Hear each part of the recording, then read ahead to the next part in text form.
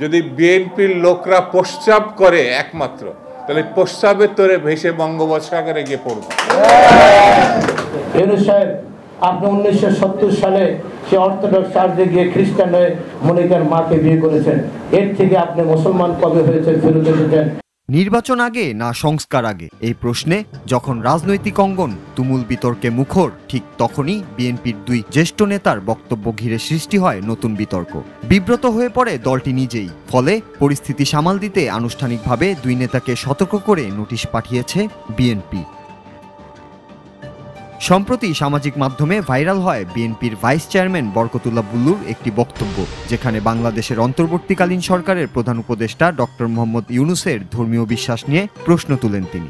আপনি আমেরিকায় লেখাপড়া করতেন, আপনার একজন প্রেমিকা ছিল, সেই প্রেমিকা হলো মনিকার মা, আপনার মেয়ের মা।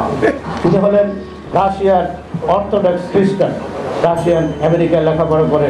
ওই মহিলা দাবি দিল, ইউনূস তুমি যদি আমাকে বিয়ে করতে হয় তাহলে এই অর্থোডক্স চার্চে গিয়ে তোমাকে খ্রিস্টান হতে হবে, তাহলে আমি তোমাকে বিয়ে করব। ইউনূস সাহেব, আপনি 1970 সালে সে অর্থোডক্স চার্চে গিয়ে খ্রিস্টান হয়ে মনিকার মাকে বিয়ে করেছেন। এর থেকে আপনি মুসলমান কবে হয়েছেন ফেরত এসেছেন? 18 কোটি মানুষের দেশে, আপনি মুসলমানের দেশে, আপনি সরকার প্রধান। আমি শফিকুর রহমান সাহেব, জামাতের আমির, আপনার আল্লাহর ওলি। আপনারা জিজ্ঞাসা করেন ইউনূস সাহেবকে উনি কি ফেরত এসেছেন? নাহিদ সাহেব জিজ্ঞাসা করেন এদেশে আলেম সমাজকে দায়িত্ব, উনি কি খ্রিস্টান থেকে আবার মুসলমান হয়েছেন কিনা। এই বক্তব্যের ভিডিও ক্লিপ দ্রুত সামাজিক যোগাযোগ মাধ্যমে ছড়িয়ে পড়লে শুরু হয় তীব্র সমালোচনা। রাজনৈতিক অঙ্গন থেকে শুরু করে সাধারণ মানুষের মাঝেও নানা প্রতিক্রিয়া দেখা দেয়। এই পরিস্থিতিকে বিব্রতকর বলেই ব্যাখ্যা করছেন বিএনপির একাধিক নেতা, এবং ঠিক সেই কারণেই দলটির পক্ষ থেকে বরকতুল্লাহ বুলুকে সতর্কীকরণ নোটিশ পাঠানো হয়, যা বিএনপির একাধিক সূত্র নিশ্চিত করেছে।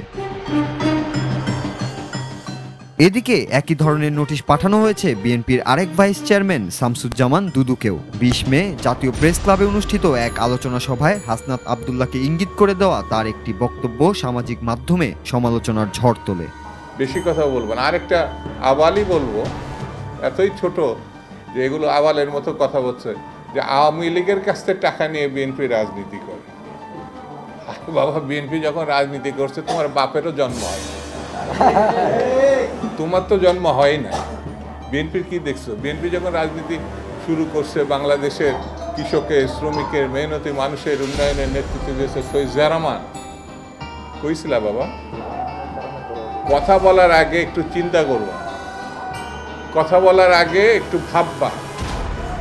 আমরা ভেবেছিলাম তোমরা জাতীয় রাজনীতিতে এসে একটা কিছু হবা, কিন্তু আবালের মতো কথা বললে পরে তোমাদের সম্বন্ধে মানুষের ধারণাটা কোথায় যাচ্ছে একটু ভেবে চিন্তে দেখ। বিএনপি একমাত্র দল যেই দলের নেতৃত্বে দেশে আপসীন নেত্রী, যার মৃত্যু হতে পারত, 6 বছর জেলের মধ্যে সাজা খাটছে। তুমি কইছিলা বাবধন? বিএনপির বলো যে আওয়ামী লীগের টাকা দিয়ে রাজনীতি করছে। যদি বিএনপির লোকরা প্রস্রাব করে একমাত্র, তাহলে প্রস্রাবের তোরে ভেসে বঙ্গোপসাগরে গিয়ে পড়বে। সবকিছুর একটা সীমা থাকতে হবে। এমন কোনো কথা বলবা না যে কথার দায়িত্ব নিতে পারবা না। বিএনপি সম্বন্ধে যে অভিযোগ করছো, সেই অভিযোগের জবাব যদি বিএনপি শুধু থুতু ফেলে, সেই থুতুর মধ্যে তোমার খুঁজে পাওয়া যাবে না।